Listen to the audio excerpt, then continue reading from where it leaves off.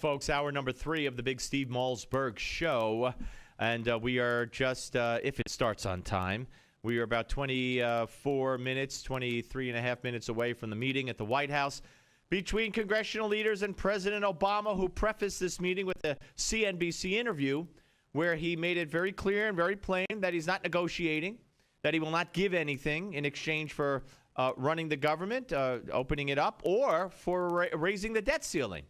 So what they're going to do there is beyond me. But maybe we could get some insight from our friend, Susan Ferrechio. She's the chief congressional correspondent for the Washington Examiner. We had your senior political analyst, Mr. Barone, here in studio earlier today, Susan. Oh, that had to be a terrific interview. He's very insightful. He's brilliant. You could ask him what the likelihood is of an area in a congressional district somewhere in the Midwest of that turning from red to blue or blue to red, and he'll tell you exactly how many people are going to vote. Anyway, that's right, and he can tell you what happened there in 1975. Yep, he's an amazing guy. It was good to see him here in person today. Okay, so let's talk a little bit about what we could expect from this meeting. I would gander at this point, take a gander and say that you're not going to see a lot happening because Republicans, what's important to do is take it all in perspective right now. Right now on the House floor, Republicans are pushing through individual kind of mini spending bills that they say can fund the government, has nothing to do with health care law, but will open some of the things that the Democrats are fretting over being closed. Well, are they? Let me interrupt as you go along. Are they succeeding? Because yesterday they tried the Troika. One would fund veterans benefits and veteran services. One would have funded something within D.C., and one would have opened the national parks and monuments. And they couldn't get a 2/3 vote, and the Democrats voted it down in effect. Right, and so they're taking it up today where they'll just need a majority vote. Oh, okay. It'll all go through because Republicans have a majority, but I'll say this. One of the bills is to cover the government of the District of Columbia. That just went through by voice vote, which means not one Democrat stood up to protest it. So that's sending a message right there. They've cleared a bill without any Democratic protest.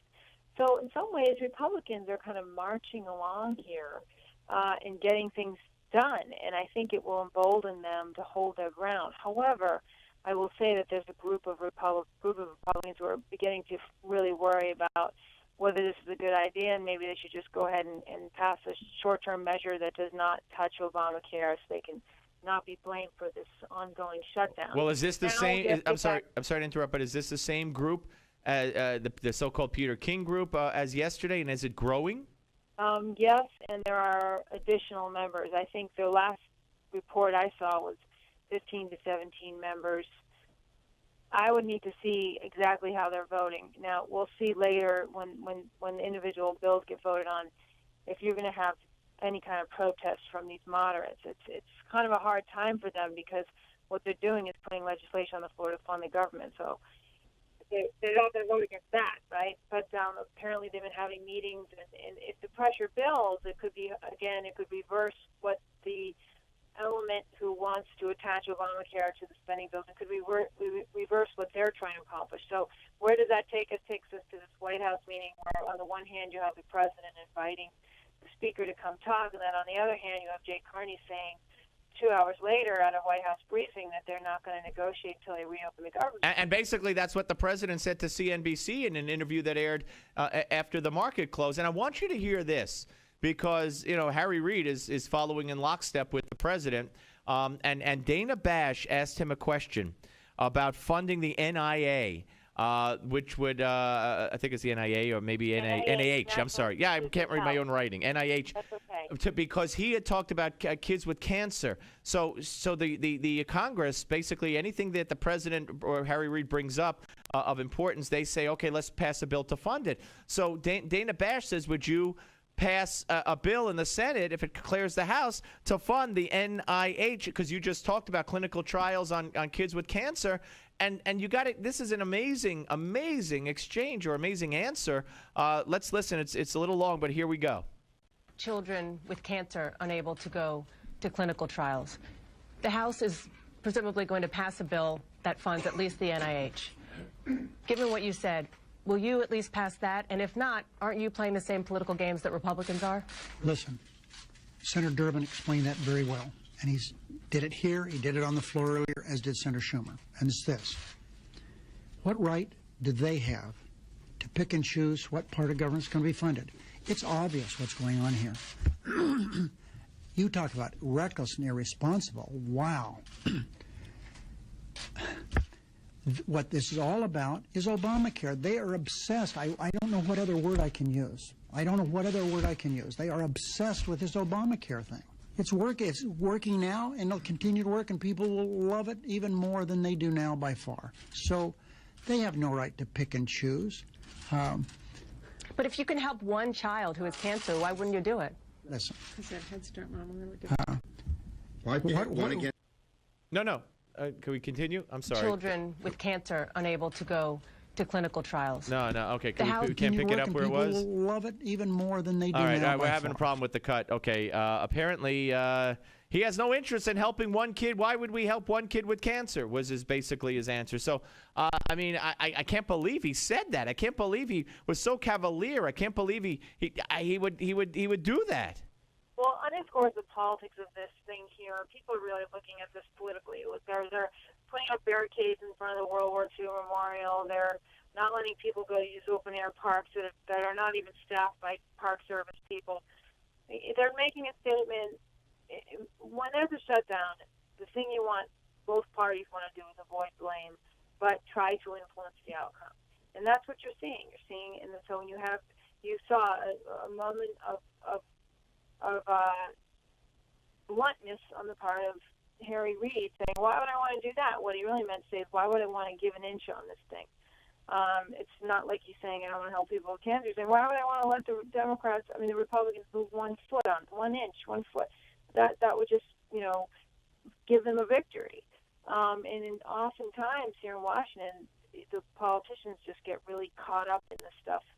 And they don't care. They put those barricades. They order those barricades out. They order things shut down because they want to inflict pain so that they can influence the outcome. Like the sequester, right? This can drag on and on if they just let the Republicans pass, these mini spending bills. And hey, what's the motive to how do they put the pressure on Republicans to back down on this if they ease up on the stuff that's causing the most angst in the public and turning the shutdown?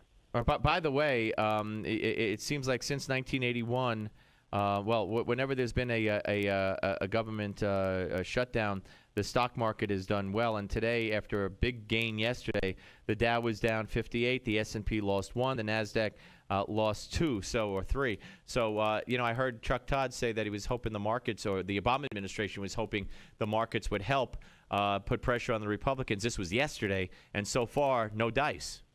It's shrugging, but the issue may change over time because the thing the markets are really worried about, of course, is the borrowing limit, which is we're right up against it, and it's $16.7 trillion. If we don't raise the borrowing limit, that's when the United States gets on really financially shaky footing, and that's what the markets are watching. So I think that the fact that the Dow dropped 58 points today is probably more to do with their eye on that ball, and that's coming up on October 17th. There's talk of them trying to meld the two fights into one fight. It's all very uncertain. I think a government shutdown, though, does have people on Wall Street shrugging because its immediate economic impact isn't that great. However, the debt ceiling not being raised, that would cause a big problem in terms of our solvency and our way we're viewed on the world stage financially. So that could change. And again, I heard Dick Durbin say yesterday, he said right to me that, hey, give this thing a few days when people see their retirement accounts affected, and then, you'll see the Republican leadership in the House singing a different tune. That may be true. It hasn't happened yet. It's only been a couple days, and right now Republicans tell me that they feel committed to this, to use the exact words of some people I talked to in Boehner's office. That can change, but for the moment, that's where they are. All right. So what do you see happening out of this meeting? They come out, and Boehner says, the president said not going to negotiate, and the president comes out maybe tomorrow or later and says, I reiterated what I've said, and this just marches on, right? It could be, unless he throws in something that they like how about medical device tax, how about, it could be he throws something out there because the president is a little, I get the sense that Democrats are worried. They say they're not, and they look like they're going for the jugular with the Republicans on this, but I also get the sense that they know that they could lose in this as well, and that they're also potentially willing to deal in some ways. You already heard him talk about medical device tax, 2.3%, $30 billion over 10 years. They're willing to potentially strike that out of the health care law, maybe this language on staff subsidies for health insurance.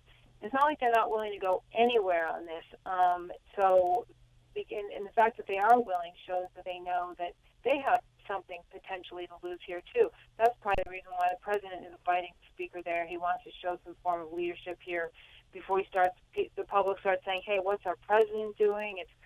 Don't forget, ultimately, with a shutdown, everybody hates Congress. Their approval ratings are in the dumpster, no matter what day of the week it is. People will say, when there's a shutdown, what does the president do? And so I think that's why you have the president inviting them, and that opens the possibility that he may offer something, and besides this rhetoric today.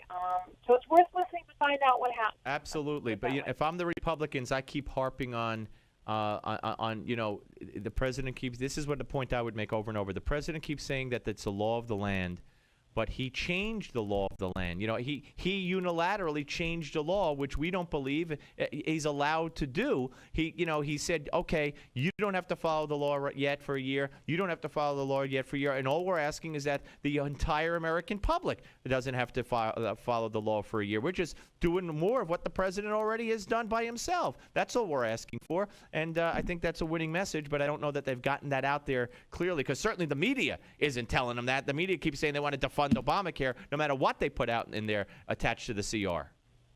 That's true, and I think that the president having altered the law weakens his... Yeah. If anybody would tell the story, it does certainly weakens it, but the media won't, and I don't think Boehner and them are doing it good enough. I'll bring it up to Scott Garrett when we talk to him at the bottom of the hour. Hey, listen, Susan, thank you very much, and I just got a call from Mr. Barone, who said that we're giving Susan a raise. She did great. I'm only kidding. Take care. We'll speak to you later. Thank you, Susan. Susan Ferrechio, ladies and gentlemen, chief congressional correspondent for the Washington Examiner. All right. So where are we? 855-777-9660. When we come back, we're going to play that bite again. We're going to play the whole bite. That was my fault. I cut it off too soon. I want you to hear Harry Reid's entire answer to Dana Bash of CNN saying, if you could save one kid with cancer, if you could treat one kid with cancer, why don't you approve this? And I want you to hear his whole answer. And we will on the Steve Malzberg Show, Newsmax TV and radio.